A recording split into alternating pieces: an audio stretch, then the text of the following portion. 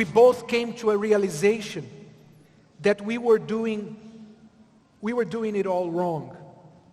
And this realization changed our marriage forever. We realized we were doing it all wrong, and we realized that our marriage was only our third relationship. What's that, third relationship? Yes, our marriage was only our third relationship. We came to realize that. Until then, until 12 years, we were doing it all wrong.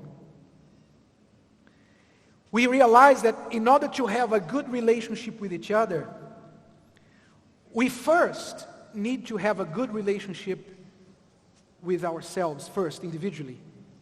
I had to have a good relationship with me. She had to have a good relationship with her.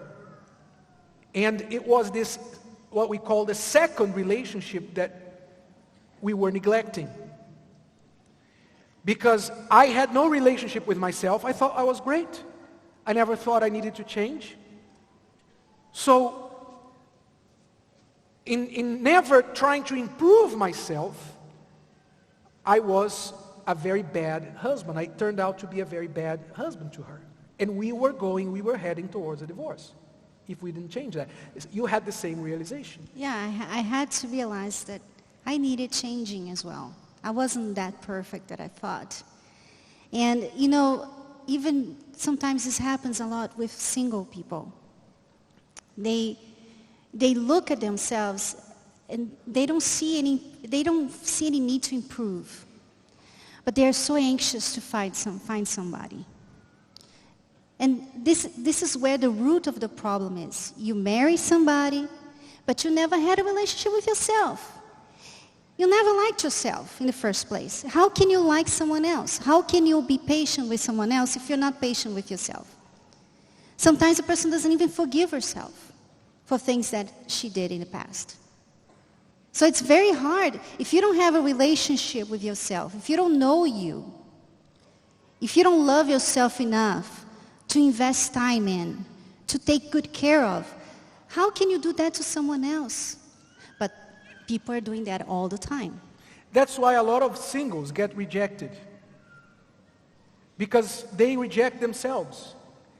You fail yourself. You reject yourself. You say bad things about yourself. You say, no one's ever going to want me. No. You have a very low opinion of yourself. Before even trying, you fail yourself. You say it's not going to work. So when you reject yourself, what do you think other people are going to do? Either you're going to get rejected by other people, or worse, you will get in a relationship that is abusive. Because you think, I can't get any better. I can't get anyone, so at least I have him, at least I have her. And that person will abuse you, will trample all over you, because you don't respect yourself.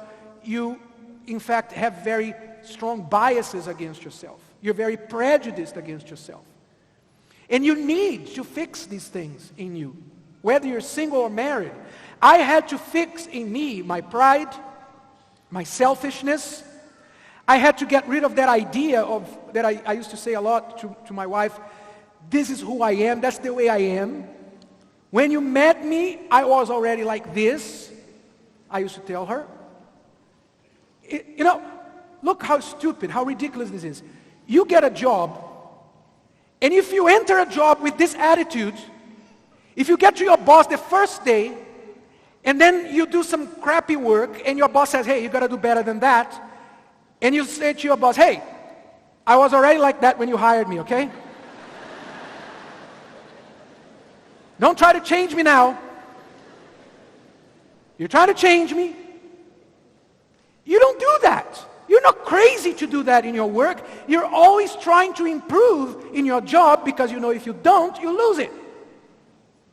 But in marriage, we say, no, this is who I am. If you like it, good. If you don't like it, my way or the highway.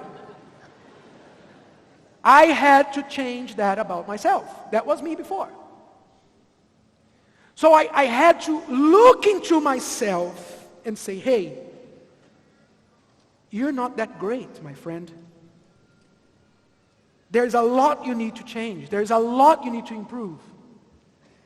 And that was hard. I tell you, the first time that the penny dropped, it was hard. And it is hard. It is hard. But we had to do it. You had to do it. And if you are in this prejudice relationship against yourself, you need to lift your opinion of yourself. You need to work to change yourself. But of course, to make it all work, sometimes you can't with your own strength. We certainly couldn't. And that's why sometimes you know what you should do, but then you don't. Many of you know that you shouldn't call your husband names.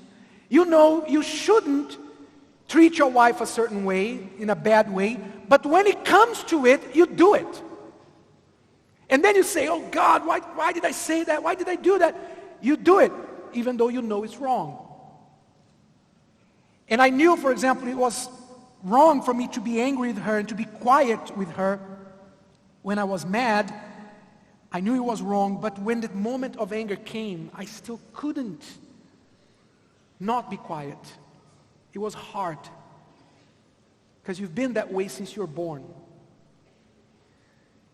So we realized that this symptom of knowing the right but doing the wrong is a sign that something is amiss, something is wrong or missing in your first relationship, the one you draw power from, which is your relationship with God, with a higher power.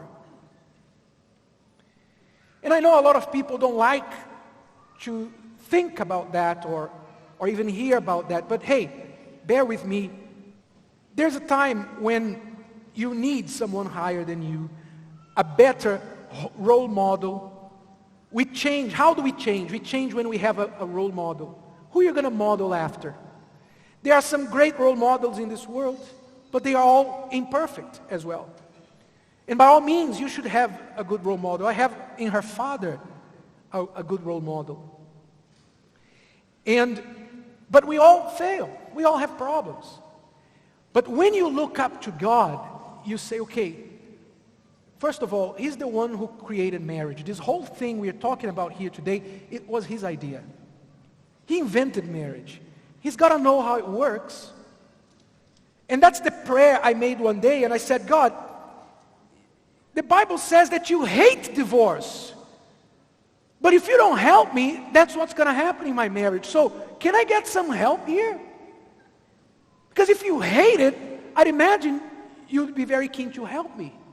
Not to have it, not to go through it.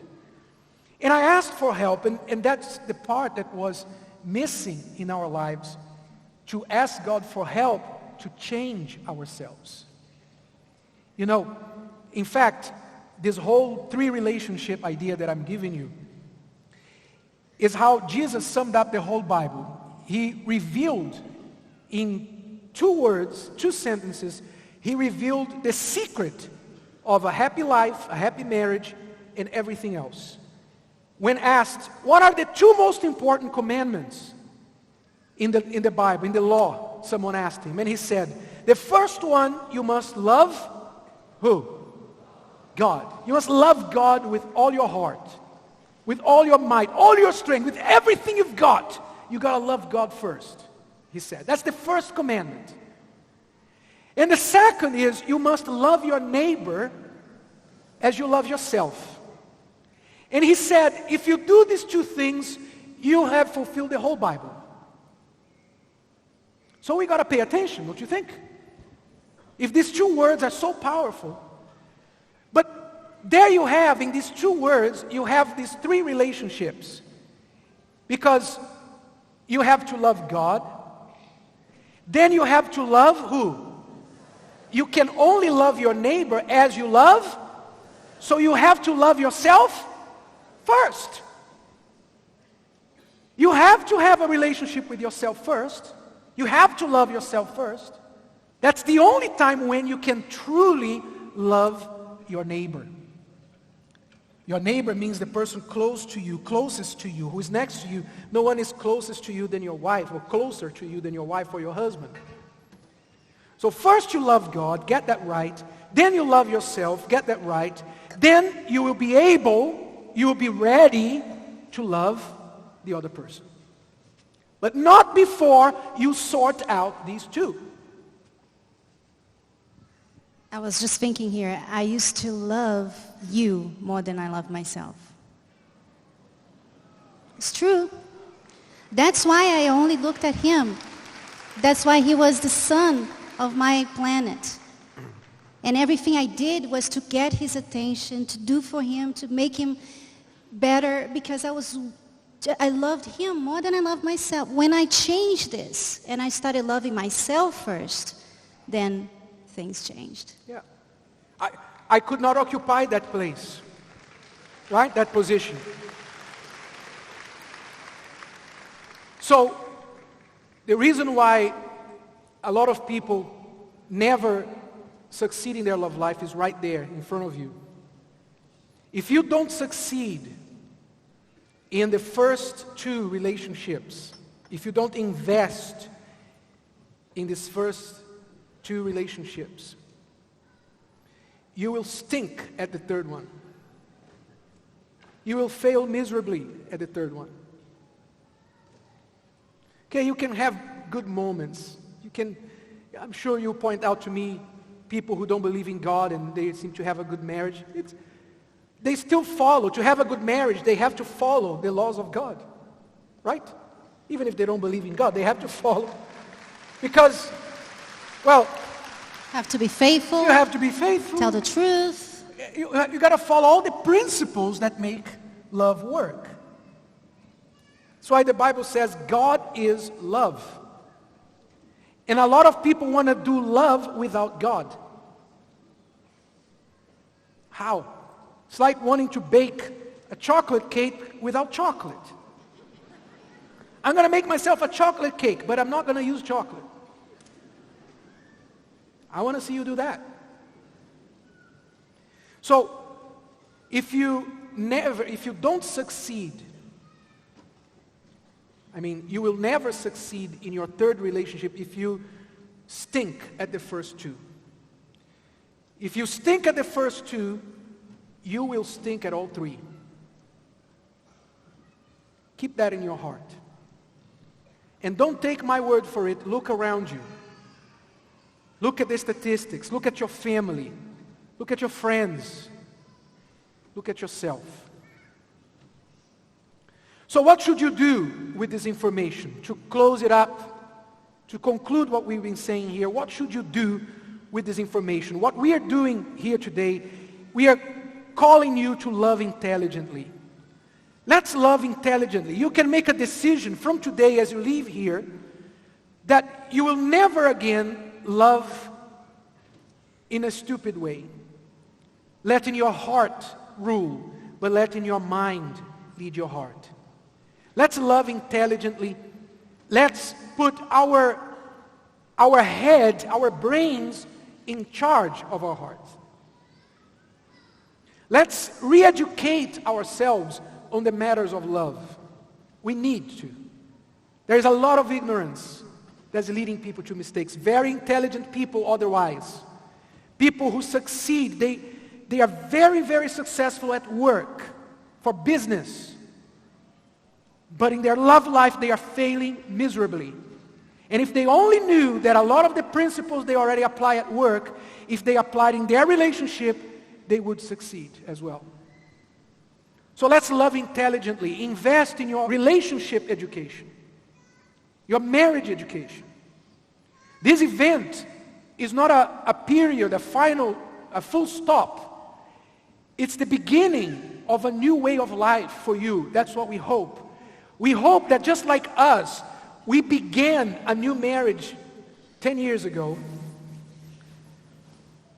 We hope that you will begin to start thinking differently from today on and investing in your love life, not only for today, but every day. We've found that in marriage, It doesn't matter how good you do today, you've got to do good tomorrow as well. It's a lot like shaving. You shave your face, you men, or you ladies, you shave your legs, you're more used to it. You can do a wonderful shave today. Tomorrow, you have to do it again. And in marriage, it's the same. You can be a great husband, a great wife today. Tomorrow, you have to do it again. One day is not good. Only one day. Just one day. So, you can decide to do what is right and not what feels right. People who are telling you, do what you feel like. Does your heart tell you should do it? Go for it. Don't listen to that. Listen to your head. If I were only to do what I feel like in my marriage, a lot of times I would do the wrong thing. Many times I don't feel like. For example, when I go to bed at night and I get ready and I get under the blanket, the sheets, my wife is still getting ready. Then she comes under the sheets and it's almost guaranteed she's going to ask me, can you get me some water?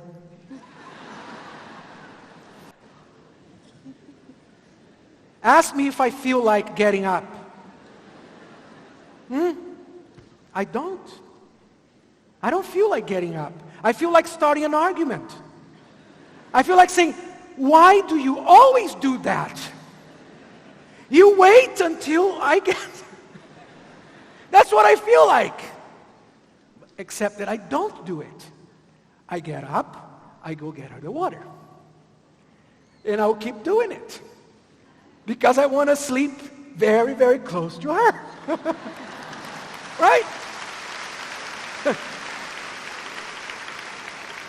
So, putting your head in charge, my friend, has a lot to do with these little things. You don't do what you feel like it, you do what is right. She's my wife. What's the problem for me to get up and get her a cup of water? There's no problem. I'm not going to die.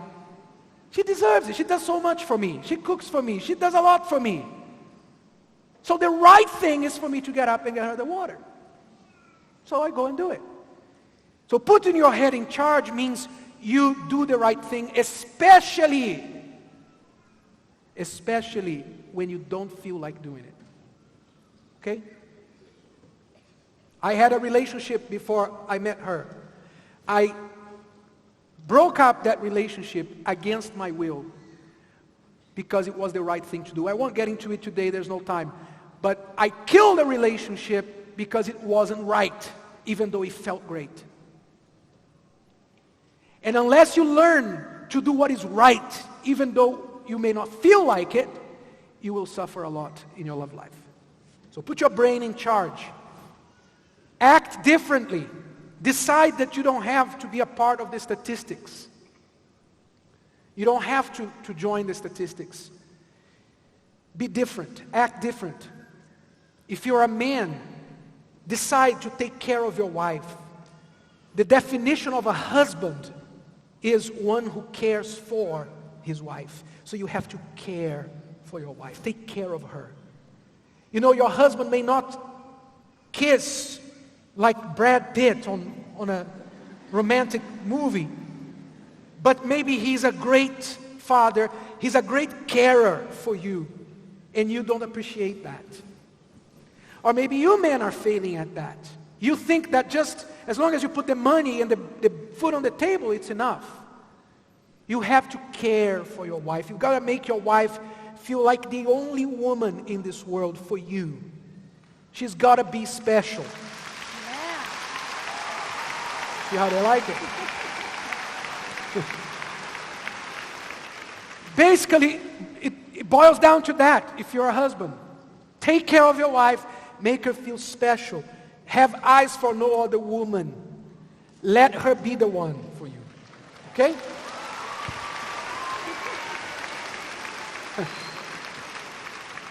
But you ladies,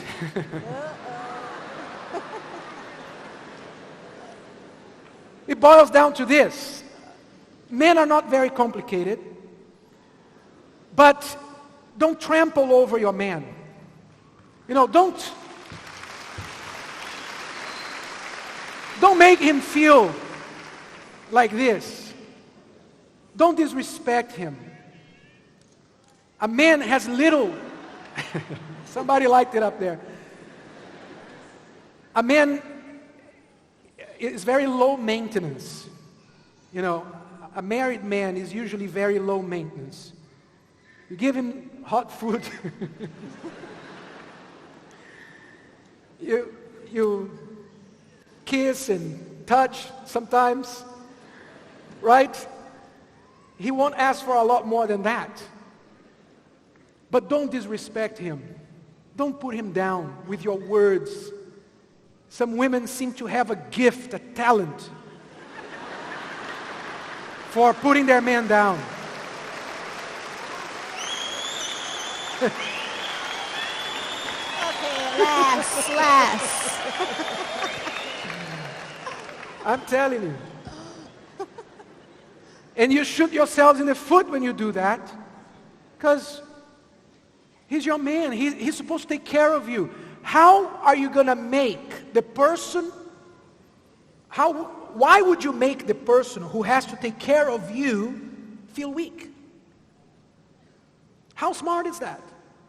That's dumb. You want a strong man. You need him to be strong. You need him to make hard decisions sometimes in your marriage. So you need him to feel strong. So lift him up with your words. Lift him up with your behavior, with your actions.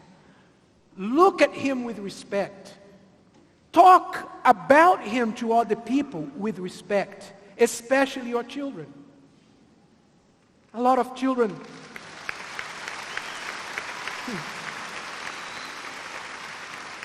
a lot of kids don't respect their father anymore. Because the mother is the one bad-mouthing the father to the kids. It's terrible. Right? And if you're single, don't fall for the hype that is happening out there, that is all over, that says you got to enjoy your singleness and sleep with as many people as you can. You know, the usual advice single people do, even from parents. A lot of parents have been telling their young people this. My son, my daughter, listen. You're young. Before you get married, study, go to uni, get a career, save some money, travel the world, buy a car, enjoy your life. Because when you get married, it's like you're going to the gallows, right?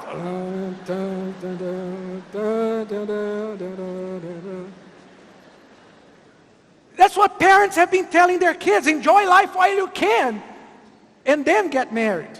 It's like marriage is a curse, it's jail, it's prison time. I don't know. It's not. Don't fall for that. One of the best things we did was to marry very young. We're still looking young, aren't we? So, it's great. And people ask us all the time, when we say we've been married for 22 years, they say, what? When we say we got a 20-year-old son, they say, what? See? That's what marriage does. It keeps you young. When it's good. So, if you're single, don't fall for the hype. Of course, I'm not saying you're 15, you should get married. I'm not saying that. But marriage, when you do it right, is the most important thing in your life. Don't fall for this idea. Everybody's sleeping around. Everybody's having sex. And if you're not doing it, there's something wrong with you. There's nothing wrong with you. You're smart. Okay?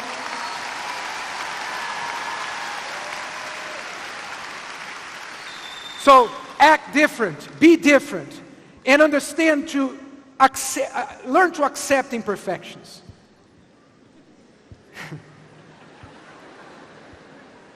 Put some socks on, for crying out loud. Right? If her toe is too long, or just put some socks on. Work things around. There are solutions. A lot of problems can be fixed. You know, we are imperfect human beings, but we have perfectly capable minds to do what is right, to deal with problems. All right? And love God, love yourself, love your neighbor.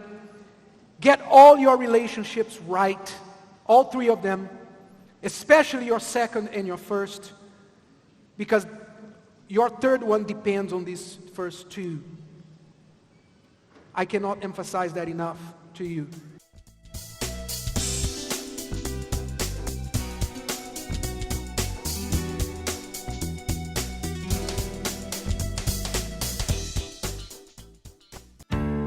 Did you know that over 50% of couples who get divorced regret not trying harder to save their marriage? No one gets married to later get a divorce, but sometimes it seems like there's no other option. Wait! You haven't tried everything. Bulletproof Marriage has already helped millions of couples all around the world to avoid separation. Even if one party isn't willing to change, or the relationship seems like a lost cause, give yourself this opportunity. Read this amazing book and shield your marriage against divorce. Buy the book on Amazon.com today.